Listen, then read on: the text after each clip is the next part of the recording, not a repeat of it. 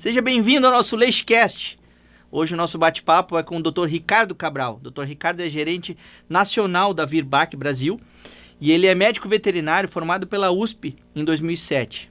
O nosso bate-papo é sobre o milteforam, que é a droga leishmanicida liberada pelo Ministério da Agricultura para ser utilizada em leishmaniose canina.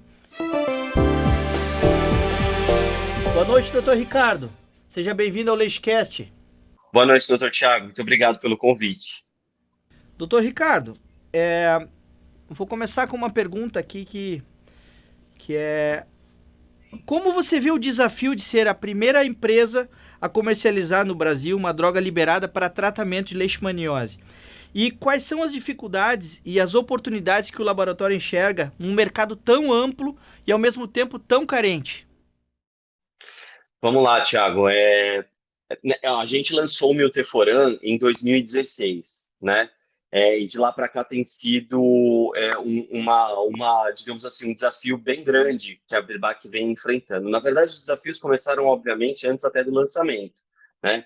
Para a gente chegar na possibilidade de lançar o milteforam no mercado nacional, foram anos ali de conversa, não somente com o Ministério da Agricultura, né, que no final das contas é quem aprova as medicações de uso veterinário no Brasil, mas também com o Ministério da Saúde, porque a gente está falando de uma doença de importância também, né, de saúde, do ponto de vista de saúde pública, que é a leishmaniose visceral canina, uma zoonose, né, que, como a gente sabe, é transmitida dos animais para os seres humanos, absolutamente endêmica aqui no país. Então, para a gente chegar até o registro do milteforam, foram anos de conversa com os dois ministérios e de apresentação, obviamente, de todos os estudos de eficácia, de segurança, de várias formas possíveis, para que a gente pudesse chegar no estágio, né, de liberação, de aprovação do registro do produto.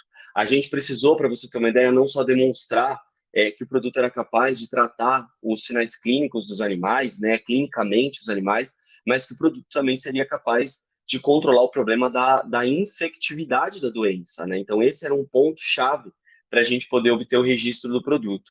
E aí os desafios não pararam por aí, né? Porque mesmo depois que a gente obteve o registro do produto aqui no país, a gente se viu numa situação em que os médicos veterinários, de uma maneira geral, eram muito carentes de informações a respeito da doença, da leishmaniose visceral canina, de uma maneira geral, né? Então, desde das manifestações clínicas, passando pelo diagnóstico, pelo tratamento da doença, que até então era proibido aqui no país, né? O que a gente tinha era a eutanásia, né? Como a única saída para os animais sabidamente positivos. Então, foi uma missão muito grande da Virbac, foi um desafio muito grande da Virbac, até para mostrar para o veterinário como era o jeito correto de fazer o diagnóstico da doença, o tratamento, quais são a metodologia correta, as associações corretas, e a legislação, né, que para o médico veterinário também era uma grande novidade, ou seja, o que pode, o que não pode, o que está permitido, o que não está. Então, realmente, ser a primeira empresa que trouxe esse produto para o tratamento da leishmaniose vem sendo um grande desafio. Eu nem digo para você que é uma batalha que já acabou, né? Que é um desafio que já acabou, porque a gente ainda vê muita desinformação a respeito da leishmaniose, a gente ainda vê tratamentos incorretos sendo propostos ou outros tratamentos que não são permitidos pela legislação sendo utilizados. Enfim, então os desafios não acabaram, na verdade. Então, é uma luta diária, a gente vem aprendendo muito junto com todos os médicos veterinários em todos esses anos aí em que o produto tem essa permissão de utilização, mas é muito gratificante também, porque a gente vê casos clínicos de animais que seriam condenados, que seriam eutanasiados, e animais que estão hoje recuperados, que obviamente precisam ser monitorados para o resto da vida, mas completamente recuperados da doença. Então é muito gratificante também por esse lado. E a gente passou, né, de uma doença totalmente intratável, né, até 2016, aquela doença que os veterinários tinham até medo de diagnosticar, porque invariavelmente o animal ia ter que ser colocado para eutanásia, né? Então a Virbac veio para, né, para botar um marco nessa história toda aí e fazer com que animais que eram tidos, colocados para eutanásia, pudessem ser tratados, pudessem ter alguma qualidade de vida, né? Então isso além de gratificante para o laboratório, para nós veterinários, então foi muito bom, porque não só pelo milteforam, mas pela possibilidade de dar uma sobrevida para esse animal, e o milteforam como o principal mecanismo dessa função aí, né? Mas da gente como veterinário se sentir útil nos casos de leishmaniose, de poder tratar e de poder dar uma qualidade de vida e uma sobrevida para esses cães aí. Exato, de ter uma alternativa, né? De ter algo a fazer pelos nossos pacientes, né? Exatamente. Doutor Ricardo, como é que funciona, né, o trabalho do laboratório na fiscalização da comercialização de produtos falsificados? A gente vê muito caso, né, de milteforam, pessoa querendo buscar a questão de preço e acabando comprando produtos falsificados, né? A gente vê, eu já peguei clientes meus que compraram produtos com a quantidade com um volume menor do que o frasco dizia, então produtos totalmente diferentes do produto original. Como é que o laboratório trabalha com isso para terminar com esse tipo de comercialização e para regularizar tudo isso? Vamos lá, Thiago. Acho que essa sua pergunta é bem importante e eu acho que vale abrir ela um pouco mais, né? Para além dessa questão dos produtos falsificados, a gente começar falando a respeito da venda na internet, tá? Vamos lá. O milteforam, ele é um produto de uso controlado aqui no Brasil, tá? Então, essa foi uma das exigências do Ministério da Agricultura e do Ministério da Saúde para a liberação do tratamento. Então, ele é um produto de uso controlado. Isso significa que para a gente poder prescrever o produto, adquirir o produto e prescrever o produto, a gente precisa emitir essa notificação de aquisição ou essa receita pelo site do Ministério da Agricultura, pelo site do CIPIAGRO, tá? Isso também é uma forma de você conseguir coibir, ou deveria ser uma forma de você conseguir coibir essa venda ilegal na internet. Vale ressaltar que, assim, a venda na internet, Thiago, ela não é proibida, tá? A gente pode fazer a venda online do produto, e eu não digo a gente Virbac, porque a Virbac não tem um ponto de venda direto, mas os nossos clientes, eles podem vender o produto na internet desde que eles respeitem o que a legislação pede, que é a retenção da receita controlada, a retenção da receita de produto controlado. Então, isso deve ser feito. Pode ser uma foto da receita, pode ser a receita física, levada por um motoboy, enfim. Mas essa regra precisa ser cumprida. Então, não é que a venda na internet é proibida, ela só precisa obedecer a essa regra. Então, esse é um primeiro ponto importante. Segundo ponto importante, né? Fiscalização por parte do laboratório, ou enfim, da venda dos produtos online, né? Quando a gente pensa na venda que não respeita essa regra, né, da retenção da receita, ou seja, a venda irrestrita na internet, é importante ressaltar que o laboratório, ele sempre ele paga, né, alguns escritórios de advocacia ou alguns escritórios dessas questões de legislação online para caçar esses links de venda ilegal do produto. Mas isso eu já adianto, né, para você, para quem está ouvindo a gente, que é uma batalha bem difícil de ser vencida.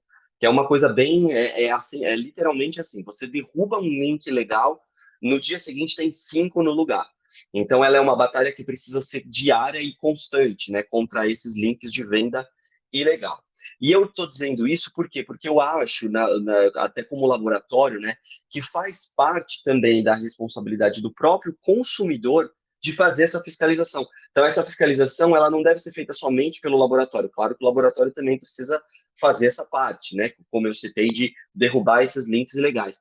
Mas o próprio consumidor, ele precisa ter essa consciência e desconfiar quando a oferta parece melhor do que quando é demais, né? Assim, ou quando a esmola é demais, o santo desconfia. Então, o próprio consumidor, ele precisa estar atento a esses links e verificar onde que ele está comprando esse produto. Essa loja, ele conhece? Essa loja está exigindo a receita? Esse preço, ele está adequado? Ou seja, será que esse preço não está barato demais? Não existe milagre, né, doutor Ricardo? Não existe milagre.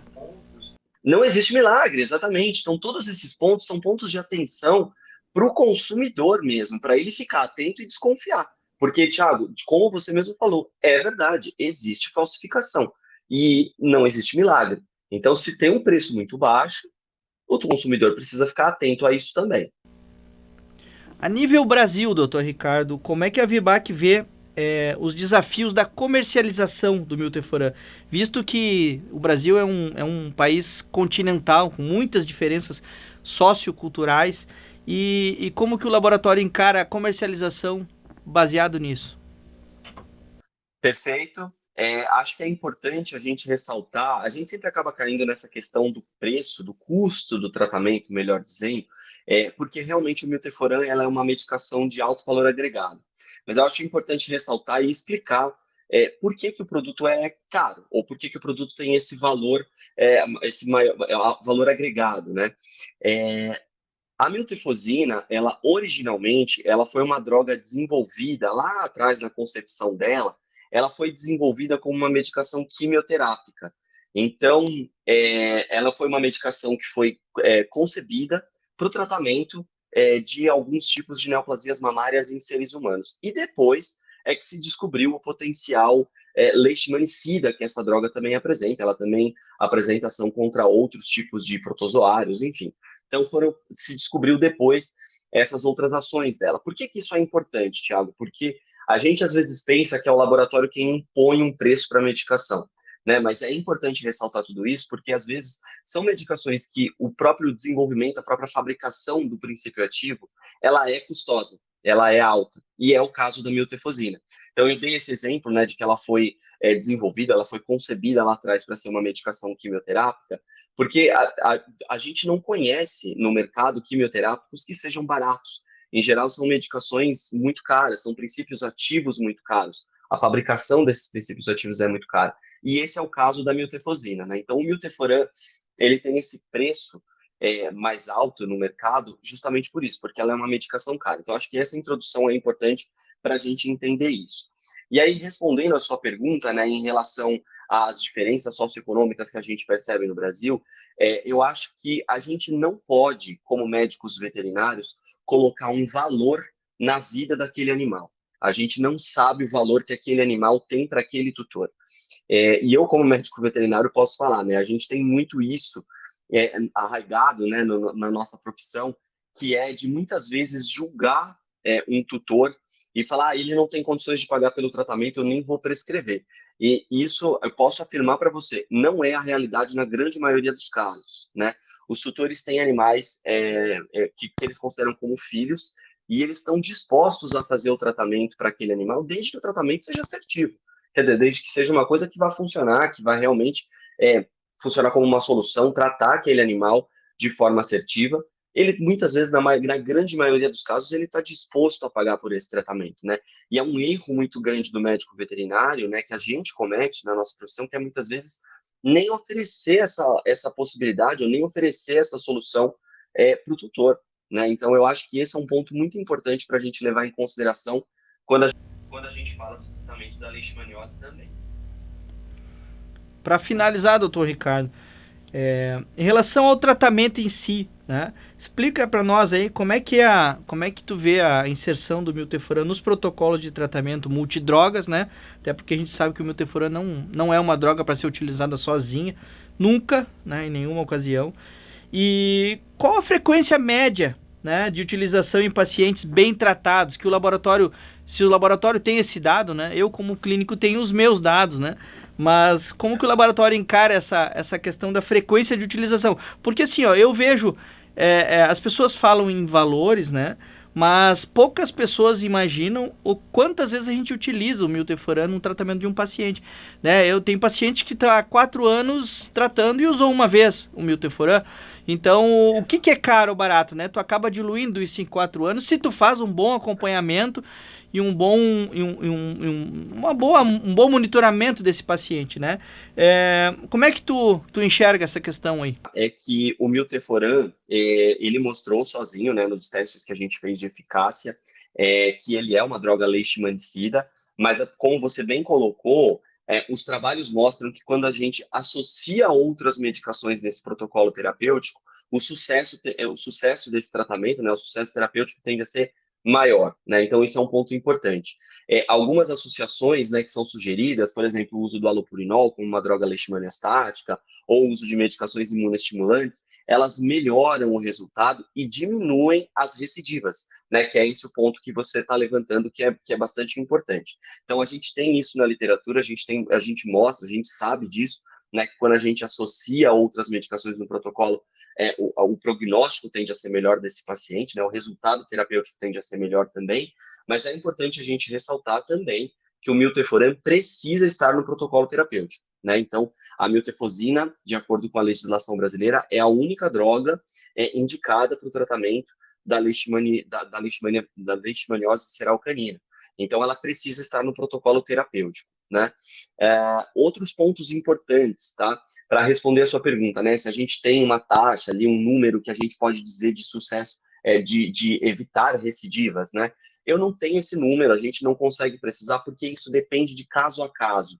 Mas como você bem colocou também, quando a gente faz um tratamento correto, quando a gente monitora esse animal de maneira correta, a taxa de recidiva é muito menor. E a gente vê isso na realidade, né? Então, não é que o paciente precisa ser retratado com tanta frequência, a cada 4 meses, né? Como muitos dizem, né?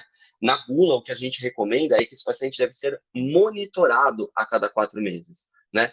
E nesse monitoramento a gente vai reavaliar a necessidade de um novo tratamento ou não.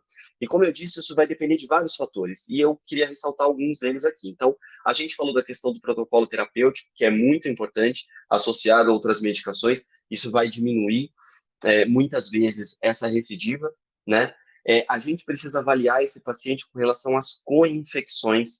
Então, se esse paciente tiver alguma outra infecção, eu cito, por exemplo, o caso das co-infecções com erliquiose, a gente sabe que o prognóstico é muito pior, muitas vezes as taxas de recidivas elas são maiores nesses casos também.